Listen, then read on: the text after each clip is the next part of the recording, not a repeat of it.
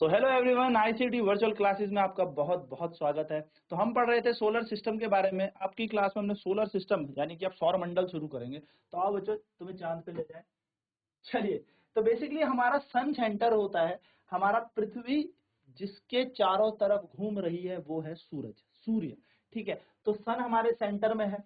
सन के बाद जो पहला प्लेनेट हमारा पड़ता है दैट इज मरकरी। क्या पड़ता है? मरकरी। फिर आता है वीनस, फिर आता है अर्थ, फिर आता है मार्स, जुपिटर, सैटर्न, यूरेनस और नेपट्यून। आपने यहाँ पर एक चीज देखी होगी, प्लूटो को नहीं रखा गया है। ठीक है, प्लूटो को ड्वार्फ प्लेनेट कहा गया है और उसको यहाँ से हटा दिया गया है, यानी कि ग्रहों की संख्या से अब प्लूटो हटा दिया गया। तो यहाँ पर हमारे पास क्या है, ये सोलर सिस्टम है जिसका केंद्र में है सूर्य। ठीक है, सन। तो सन है और सन के चारों तरफ कौन लगाते हैं? प्लैनेट चक्कर लगाते हैं, यानी कि ग्रह चक्कर लगाते हैं, जिनको हम प्लैनेट्स कहते हैं। प्लैनेट्स रिवॉल्व अराउंड द सन।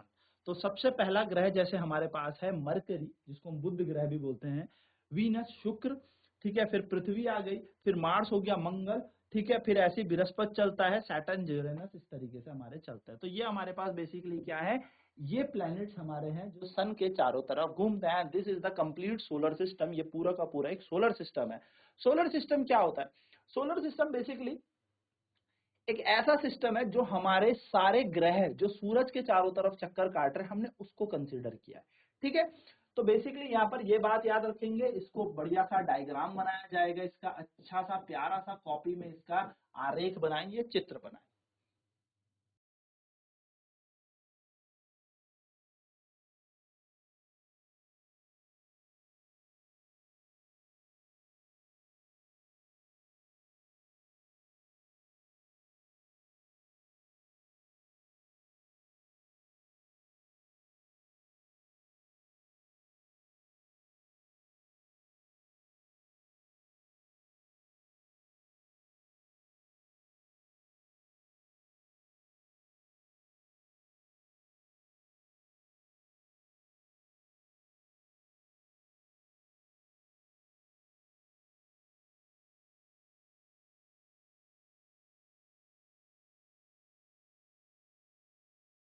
देखिए, तो बात करेंगे अब सोलर सिस्टम की। तो सोलर सिस्टम क्या होता है? The sun and the celestial body which revolve around it form the solar system. तो ये सोलर सिस्टम बनता कैसे है, सौर मंडल कैसे बनता है भाई? तो जितने भी ग्रह सूर्य के चारों तरफ चक्कर काटते हैं, तो सूरज सन को भी कंसिडर करता है। अच्छा, कई बार क्वेश्चन ऐसा आता है, क्या सन सोलर सिस्टम का पार्ट है? तो यस, सोलर सिस्टम का पार्ट होता है सन। ठीक है, सूर्य भी। तो सन और जो सेलेस्टियल बॉडी होती है जो उसके चारों तरफ चक्कर काट रही है, जैसे बीच में कौन हो गया हमारा सूरज, और उसके चारों तरफ जो भी चीज चक्कर काट रही है, that is known as celestial body. And इस पूरे कंप्लीट सिस्टम को हम सोलर सिस्टम कहते हैं, यानी कि सौर मंडल कहते हैं। इसके अंदर क्या क्या होता है? तो it consist of number of bodies. यहाँ पर बहुत सारे प्लैनेट्स होते हैं, कॉमेट्स होता है, छोटे छोटे कॉमेट्स भी यहाँ पर देखने को मिलेंगे, एस्ट्रॉइड भी देखने को मिलेंगे, और मीटियोर्स भी होते हैं। मेटेरॉइड्स, मेटेरॉइड्स तो नहीं, मीटियोर्स ही बोलते हैं उनको। ठीक है, तो मीटियोर्स भी होता है। तो बेसिकली हमारे सौर मंडल में या सोलर सिस्टम में ये मत समझिएगा कि सिर्फ और सिर्फ ये 9 या 8 ग्रह ही हैं जो हमने बताया, ये 8 ग्रह, ये प्लैनेट्स। इनके अलावा कॉमेट भी होते हैं, एस्ट्रॉइड भी होते हैं, बड़े बड़े ओल का पिंड हम जिनको कहते हैं, बड़े बड़े पत्थर वगैरह वहां पे घूम रहे होते हैं। तो वो जो होते हैं उनको भी बेसिकली हम सौर मंडल या सोलर सिस्टम का पार्ट मानते हैं। अब ये घूमते क्यों है? क्या प्लेनेट ने कोई दवाई पी रखी है कि उसके चारों तरफ चक्कर काटनी है, या उसके अंदर पेट्रोल भरा है कि वो घूम रहा है, वो रुक नहीं रहा है? नहीं। तो इनके बीच एक फोर्स होता है, यानी कि सूरज और इन प्लैनेट्स के बीच एक फोर्स होगा, जिसके कारण ये इस बल से इस सूरज के चारों तरफ घूम रहे होंगे। और इस फोर्स को, इस बल को कहा जाता है gravitational attraction between the sun and these object keeps them the revolving around it, यानी कि गुरुत्वाकर्षण बल। अब जैसे कि आप इसको छोटा सा उदाहरण समझिए कि ये पेन मैंने छोड़ा तो ये नीचे क्यों चला आया? क्योंकि पृथ्वी इसको खींच रही है। उसी प्रकार से क्या होता है, जो सूरज होता है ना, और वो पृथ्वी को अपनी तरफ ऐसे खींच के बैठा है। अब पृथ्वी ऐसे घूम रही है क्योंकि इसके पास एक स्पीड है। तो आप ऐसे समझिए कि आपने एक धागे में पत्थर बांध दिया और इसको ऐसे घुमा दिया, तो होगा क्या, आपके हाथ पे एक हल्का सा पुश लगेगा, हल्का सा धक्का आपके हाथ में लगता रहेगा। जब आप पत्थर घुमा रहे हैं तो आपके हाथ में एक फोर्स लगेगा। सिमिलरली ऐसे सोचो, सूरज ने एक पत्थर से क्या बांध ली, एक रस्सी से पृथ्वी को बांधा है और सूरज इसको घुमा रहा है।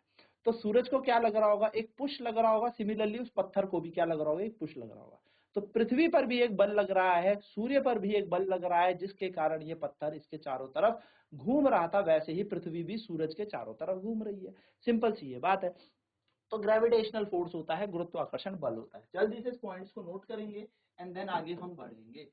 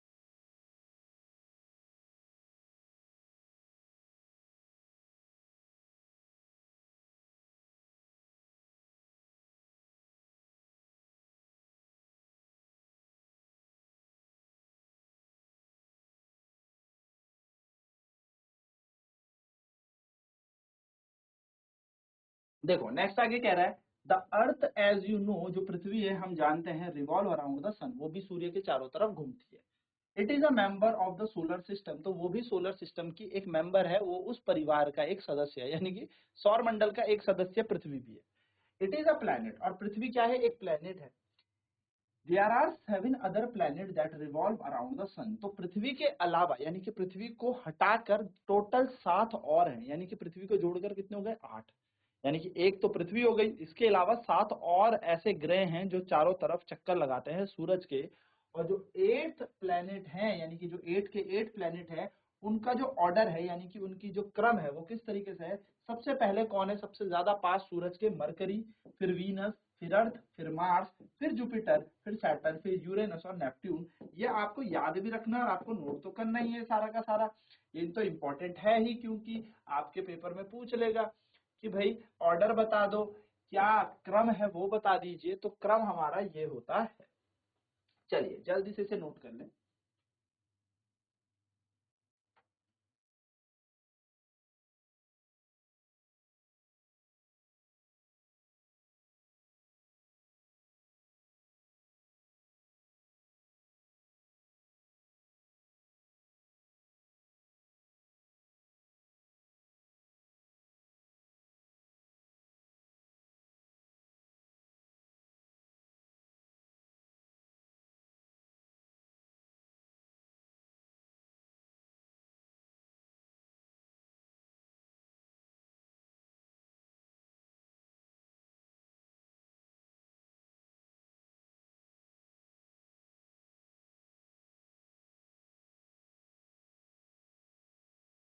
ठीक है, तो ये बेसिकली हमारे एक पूरे के पूरे सौर मंडल की बात है। अब यहाँ पर देखो बुझो क्या कह रहा है, I have read that there are 9 planets in the solar system, यानी कि टोटल कितने प्लैनेट है, 9 प्लैनेट है सोलर सिस्टम में। बुझो ये कह रहा है, तो बेसिकली 9 तो नहीं है। क्यों, क्योंकि देखो 2006 में हुआ क्या, 9 ही प्लैनेट थे। 9 ही प्लैनेट यानी कि 9 ग्रह को कंसीडर किया जाता था। बट जो प्लूटो था, प्लूटो उसको फारदेस्ट था, जो सबसे दूर था सन से। तो 2006 में हुआ क्या, एस्ट्रोनॉमिकल यूनियन यानी कि जो इनकी आईएयू है, इंटरनेशनल एस्ट्रोनॉमिकल यूनियन, इन्होंने एक न्यू डेफिनेशन बनाई प्लैनेट की, और इस हिसाब से प्लूटो जो प्लैनेट था वो उस डेफिनेशन में सेट नहीं हो पाया, इसलिए it is a no longer part of solar system, उसको हम कंसीडर नहीं करते सोलर सिस्टम में। ठीक है, तो ये बात याद रखिएगा कि पहले के टाइम पे 9 प्लैनेट यानी कि 9 ग्रह होते थे, लेकिन अब सिर्फ 8 ही ग्रह हैं, सिर्फ 8 ही ग्रह हैं। ठीक है, 5 और 3 8, सिर्फ 8 ग्रह हैं, यानी कि सिर्फ 8 ही ग्रह हैं जो हमारे सौर मंडल का हिस्सा है, विच इज द पार्ट और a member of a solar system. ठीक है, चलिए नोट करेंगे इस बात को, क्योंकि काफी इंपॉर्टेंट बात है, ये आपकी जनरल नॉलेज का सवाल भी, और obviously science is also a general knowledge.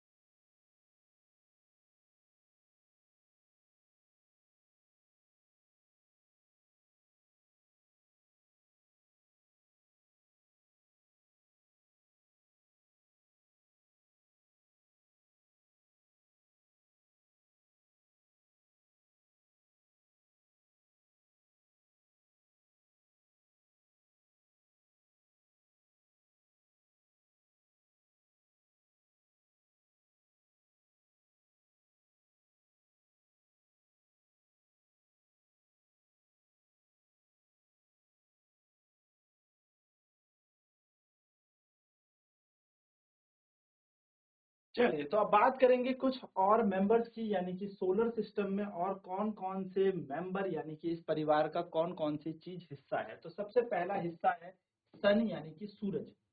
हमारा सूर्य जो होता है, ये हमारा, याद रखेंगे आप, सोलर सिस्टम का पार्ट है, यानी कि सोलर सिस्टम का क्या है, फैमिली मेंबर है सन। ठीक है, sun is the family member of solar system. तो ये बात आपको ध्यान में भी रखनी है, बिकॉज कई बार क्वेश्चन पूछा भी जाता है और कई बार चीजें आपके क्लियर भी होनी चाहिए कि सन पार्ट है या नहीं। तो हमें लगता है सन पार्ट नहीं, इसके अलावा जो भी ग्रह है वो पार्ट है, बट ऐसा नहीं है, सन भी सोलर सिस्टम का पार्ट है। तो the sun is the nearest star from us. सबसे पास का तारा कौन है, सूरज है। सूरज सबसे पास का तारा है। It is continuously emitting huge amount of heat and light. और सूरज से हमेशा, लगातार, निरंतर, बार बार, हमेशा, रोज, हर दिन, प्रत्येक सेकंड, हर एक घंटे क्या निकलती जा रही है, हीट निकल रही है, गर्मी निकल रही है, लाइट निकल रही है। हमें हर एक सेकंड में इससे हीट और लाइट मिलती रहती है ना। वो तो अर्थ घूम जाती है, इसलिए वहां पे क्या हो जाता है, दिन और रात हो जाती है। अदरवाइज सूरज तो भैया परमानेंटली आपको हीट दे ही रहा है, यानी कि ये आग यहाँ पर जली हुई है, ये परमानेंटली हमें हीट देता रहता है। तो सन जो सोर्स होता है, it is the source of almost all energy on the earth. जितनी भी ऊर्जा हमारे आसपास है, जितनी भी, आप एक्स वाई जेड कुछ भी कंसीडर करो, चाहे आप मेरे अंदर की ऊर्जा कंसीडर कर लो, मेरे अंदर जो एनर्जी है वो, क्योंकि मैंने खाना खाया है, खाने के पास ऊर्जा कहाँ से गई है भैया, उसको फोटोसिंथेसिस, प्रकाश संश्लेषण हुआ होगा, उसने अपना खाना बनाया, उसके अंदर ग्लूकोज आया, उस ग्लूकोज को मैंने खाया, मेरे अंदर एनर्जी आ गई। तो कहने का मतलब क्या है, ये सारी एनर्जी का जो सोर्स है वो कहाँ से है, सन। सूरज ना हो तो ना खाना उगे, ना कुछ हो, ना पानी बहे, बिजाई, कुछ होगा ही नहीं, क्योंकि सन नहीं होगा तो ना हवा चलेगी ना कुछ होगा। तो basically in the short, sun बड़ा इंपॉर्टेंट है। तो sun is the main source of heat. तो सन जो है वो सबसे ज्यादा इंपॉर्टेंट है। हीट यहाँ से हमें मिलती है, क्योंकि हीट इज वेरी इंपॉर्टेंट, और साथ साथ में लाइट हमें यहाँ से मिलती है। सारे के सारे प्लैनेट्स को लाइट, यानी कि प्रकाश कहाँ से मिलता है, सन से मिलता है, सूरज से मिलता है। चलिए, तो नोट करेंगे सबसे पहले सन के बारे में। Yes, sun is the part of solar system.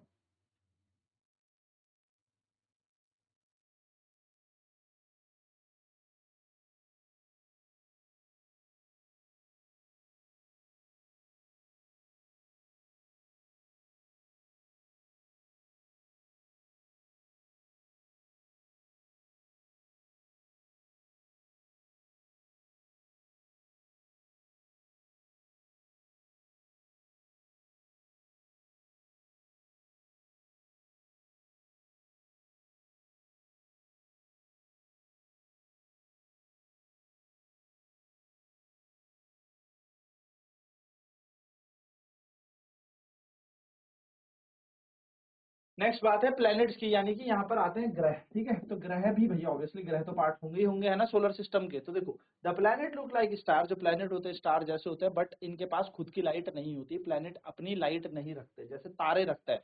सूरज के पास अपनी लाइट है, सन के पास अपनी लाइट, अपना प्रकाश है सूर्य के पास, लेकिन ग्रह के पास अपनी लाइट नहीं होती। ठीक है, दे मर्ली रिफ्लेक्ट द सनलाइट। तो हमें क्यों चमकते हुए दिखते हैं, तो हम चमकते इसलिए दिखते हैं कि किसी ग्रह के ऊपर सूरज की लाइट पड़ी, अब हमारे ऊपर टकरा के आएगी, रिफ्लेक्शन होगा। जैसे मैं, मेरे पे कौन सी लाइट है, मैं जुगनू थोड़ी हूँ, मैं उड़ता थोड़ी जुगनू हूँ, है ना। मेरे ऊपर यहाँ से लाइट पड़ेगी और मुझसे टकराएगी, आपको दिखेगा।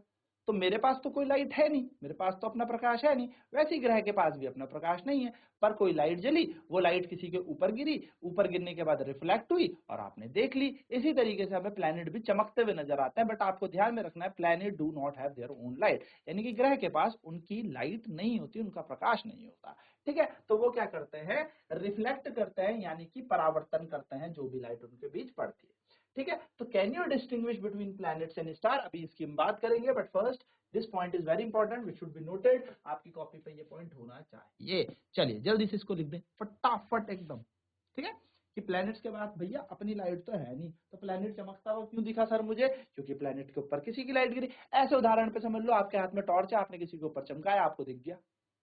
क्यों दिखा, जब आपके हाथ में टॉर्च थी तो उससे निकली लाइट, लाइट गिरी उसके ऊपर, वहां से टकरा के आपकी आंखों पर आएगी और आपको वो वस्तु दिखाई देगी। ठीक है, तो ग्रह की कोई लाइट नहीं होती, सूर्य की लाइट ग्रह पे पड़ती है, उसका परावर्तन होता है और आप देखते हैं। परावर्तन को छोड़ दो, बस इतना याद रखो, जो टकरा के आंखों पे आती है। हालांकि हमने परावर्तन पढ़ लिया, पर फिर भी ठीक है। चलिए फटाफट से नोट करेंगे।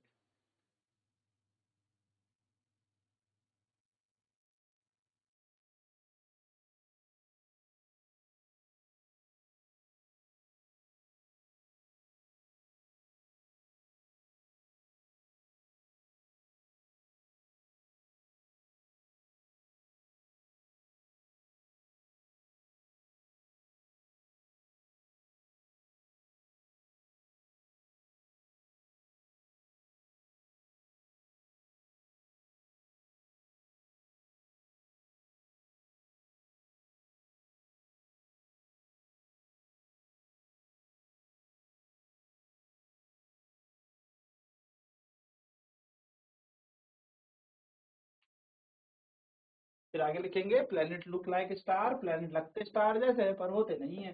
प्लेनेट के पास अपनी लाइट नहीं होती, ये ग्रह जो है सूर्य की रोशनी का परावर्तन करते हैं।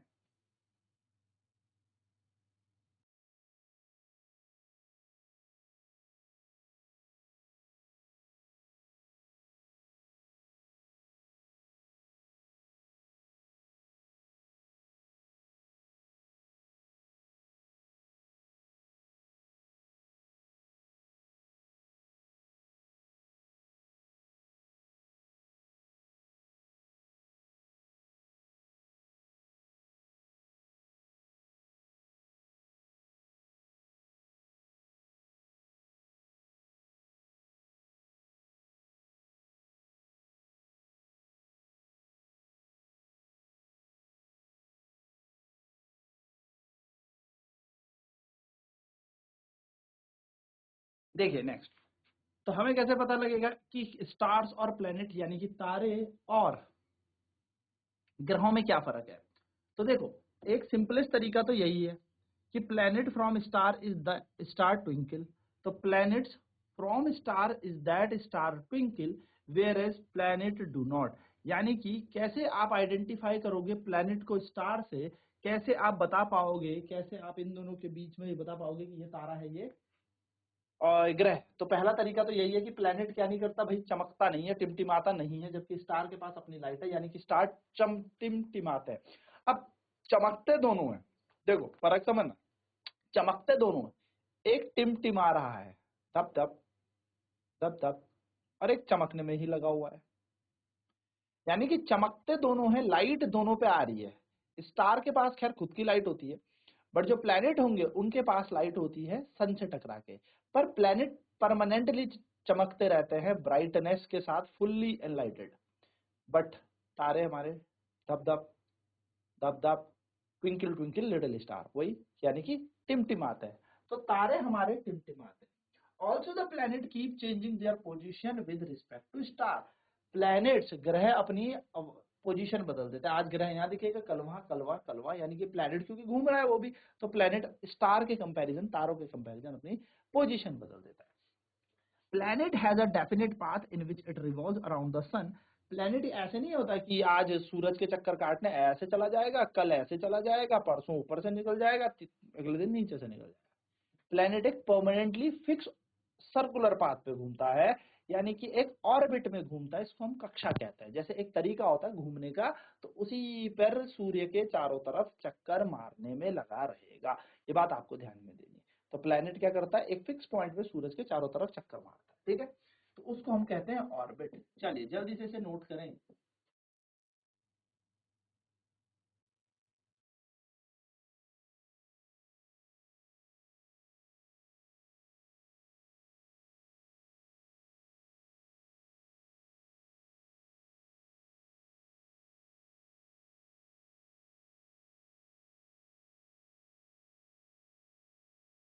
तो आज हमने जाना कि ग्रह क्या होता है, सौरमंडल क्या होता है, प्लैनेट्स के बारे में। अब हम धीरे धीरे पूरे फैमिली मेंबर्स की बात करेंगे इस सेशन के अंदर। तो आज की क्लास में इतना ही, मिलते हैं नेक्स्ट क्लास में। तो आईसीटी वर्चुअल क्लासेस में जुड़ने के लिए बहुत बहुत धन्यवाद। आपका दिन शुभ हो।